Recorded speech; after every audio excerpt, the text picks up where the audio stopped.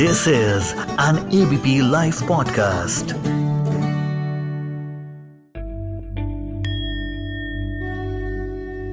आज का Ravan.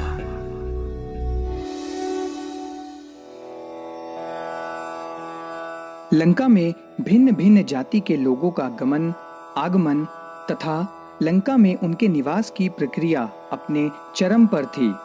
Ravan belonged to Brahmin वर्ण because of his father and Asura वर्ण because of his mother's lineage and had regards for both the varnas.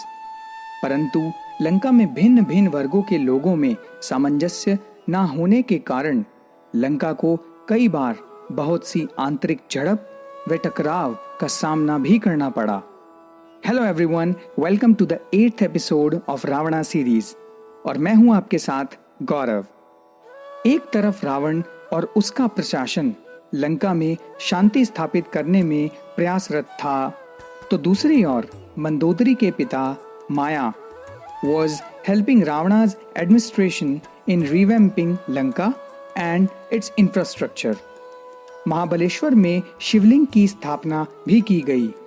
उस शिवलिंग के वहां स्थापित होने की भी अपनी ही एक रोचक कहानी है।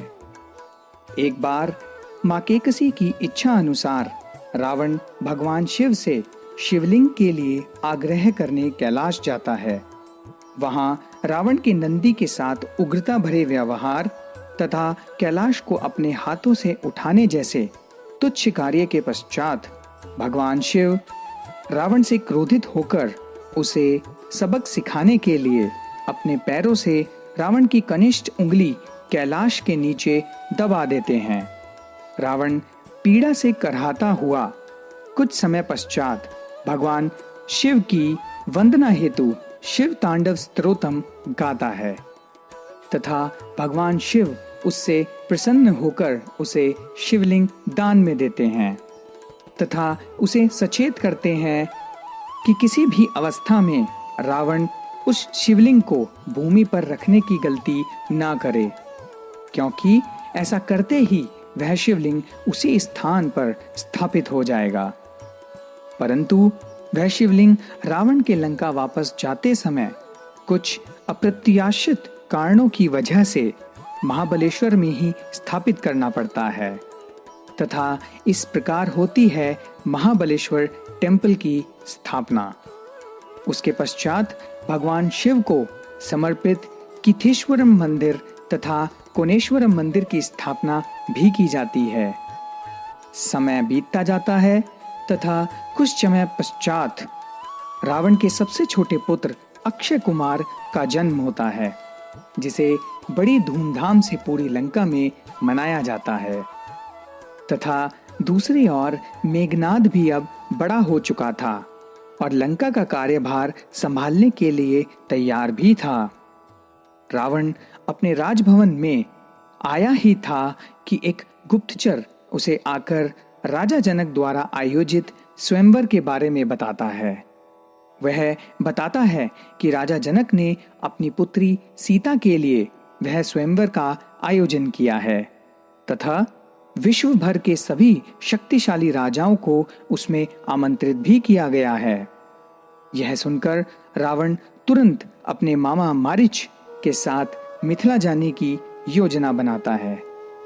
अगले ही दिन प्रातः वह अपने पुष्पक विमान में मिथिला के लिए निकल पड़ता है तथा जनक के राजभवन में जाकर देखता है कि विश्व भर के सर्वश्रेष्ठ राजा तथा शासक वहां आए हुए हैं।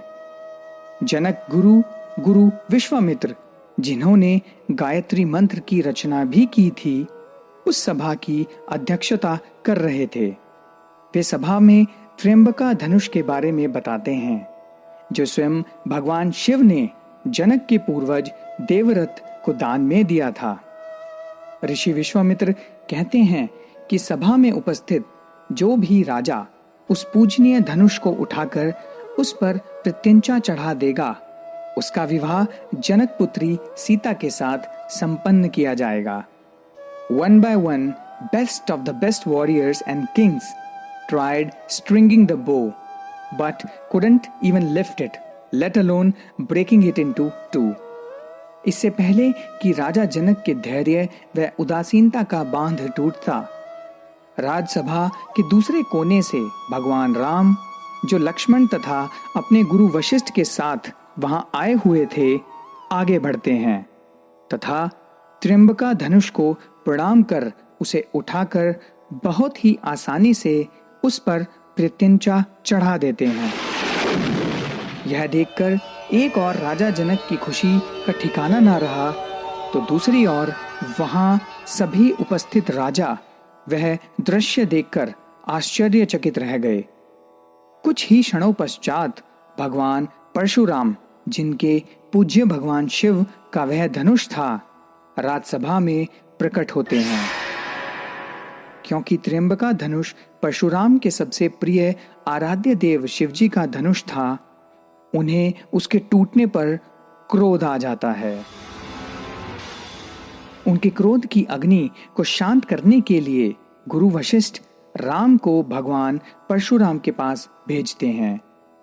राम अपनी बुद्धि तथा शांत स्वभाव से, अपने तर्क वितर्क से कुछ ही समय में परशुराम को शांत कर देते हैं तथा इसी के साथ भगवान राम मां सीता के साथ विवाह के बंधन में हर्षतापूर्वक बंध गए। तत्पश्चात लक्ष्मण का विवाह जनक की दूसरी पुत्री उर्मिला तथा भरत शत्रुघ्न का विवाह जनक के भाई कुशध्वज की पुत्रियों के साथ संपन्न किया जाता है और इसी के साथ पूरी मिथिला हर्षोल्लास के साथ उस उत्सव का आनंद लेती है और रावण तथा मारीच भी उसके बाद पुष्पक विमान में बैठ वापस लंका लौट जाते हैं। तो क्या होता है उसके बाद, आइए जानेंगे आगे आने वाले एपिसोड्स में। तब तक देते हैं इस कथा को विराम। मैं हूं आपके साथ गौरव और आप मुझे सुन रहे थे रावणा सीरीज में। आज का रावण।